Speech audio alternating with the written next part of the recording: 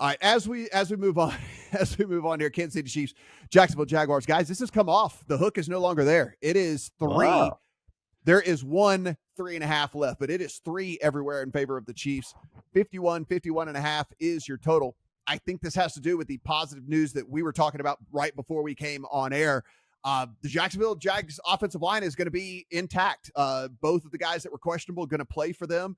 Now, how effective they will be, we shall see, but they're at least going to be all there. And so that was the assumption is they were going to be down at least 1, maybe 2 starting offensive linemen in this game. And this number ballooned up to 3.5. And that's just not the case. They're going to be with both of those guys. So it is back down to 3 in most places. 51.5 is your total. Steven, when you look at this one, you could have maybe talked me into a Jags bet at 3.5. Now that that's gone, I'm probably just going to sit back and watch this one. Like I said, I got a lot invested in the Jags as it is anyway over the course of the season. So I don't know if this is a place where I really need to kind of plant a flag against the Kansas City Chiefs. Seems like great vibes everywhere for Kansas City, despite the loss. I mean, rumors of Travis Kelce dating Taylor Swift on top of it all. Yeah. Clearly, Patrick Mahomes missed Travis Kelce against Detroit. Kind of a love story. And for Jacksonville, it's been a cruel summer since outgaining Kansas City on a yards per play basis in the divisional round. Didn't take advantage of Mahomes and that ankle injury there. So maybe there's a little bad blood on Sunday, maybe a little revenge game. But I did watch that Colts-Jags game, and I just wanted to see the Jacksonville pass defense and the secondary. And I walked away saying, I knew you were trouble. And the Jags, not down Sheriff, but still Cam Robinson suspended. Can't just shake that off. Sometimes, Matt, you like to tell me I need to calm down. And with a number of bets I like to make every single week, maybe I should. But, I took a shot on the Jags plus 3.5 on the look ahead. Didn't in my wildest dreams see Chris Jones coming back so early from his holdout.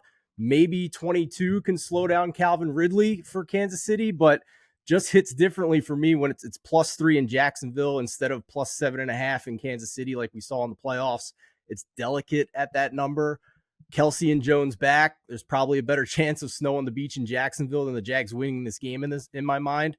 Maybe down the road, Lawrence keeps maturing. It's a little bit better. I'm not trying to be mean. I know, and that I'm high on the Jags. It's not like we are never, ever getting back together. If this was a movie, maybe the Jags win, but it's not. And Trevor Lawrence, he's Mr. Perfectly Fine. Maybe we'll see some sparks fly, but you're on your own, kid. That had to have taken you an hour at least plus to write. I can't even imagine how long that took you to write. I'm going to guess at least an hour, maybe an hour and a half. Give us an over under. If I set it at 89.5 minutes, how long did that take you to write?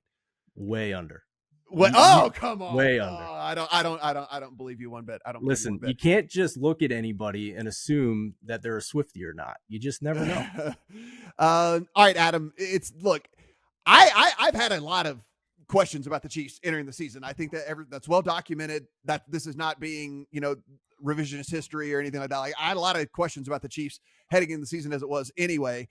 I understand fluky stuff, all that. All it does is basically let you know how amazing Patrick Mahomes is. The fact that he got that poor of a play from everybody out there and they were still in the game till the very end. But what say you as they head across the country here to Jacksonville? Do I have to participate in this? Because I feel like it's a tacit endorsement of what I just had to sit through. Listen, I thought it was very well done. I mean, listen. No matter what you think about Taylor Swift, look, she writes her own songs. She does, she's a businesswoman. She's a business woman. There's all kinds of stuff going on with her. I don't have to like her there's nothing, music to respect what's going on with Taylor Swift. No. This was not something against Taylor Swift. Don't get me wrong. You're hearing me incorrectly.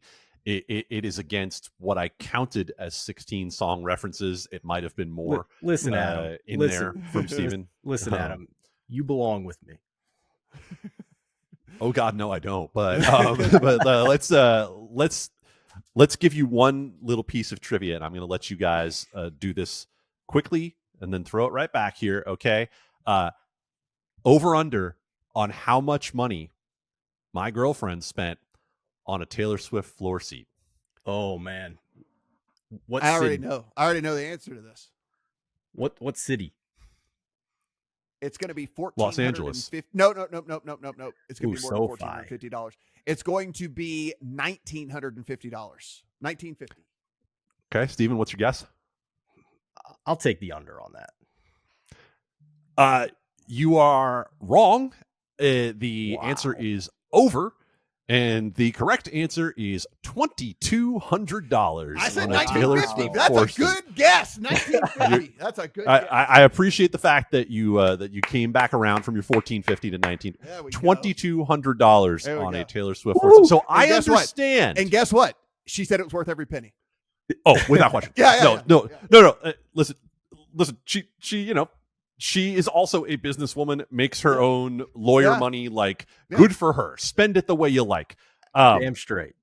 I would not spend $2,200 to see the Jaguars and Chiefs this week, in part because it is going to be played in a thunderstorm environment in Jacksonville. And so that's where I might see a little entry point here on a total that is really, really high. We don't see a lot of totals that look this way anywhere on the board, right? Like, we're looking at 51, by far the highest total of the week, and about 5 points off market for the rest of where we are. I think we might have this thing a little bit high.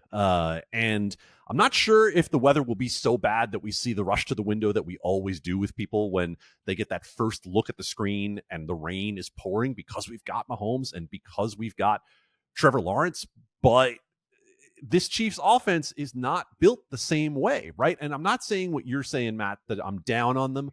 I believe that the Chiefs are more content to not run the scoreboard all the way up. They're content to move the ball down the field in smaller ways, and they might not have a choice in this game. So Jacksonville's defense gave up 14 last week to the Indianapolis Colts. Kansas City defense held up well enough against Detroit. They actually gave up about 14 points to Detroit as well. So you combine the fact that both defenses played a little bit better than I think we expected last week, and I think there's just maybe a little too much prior baked into that 51, right? Prior years with these teams, which it's the way it goes, right? This is how the algorithm works. You take the prior data that you have and you throw it in there. I don't know that it reflects today's Kansas City Chiefs versus Jacksonville Jaguars in the weather. So if I play anything here, I play under.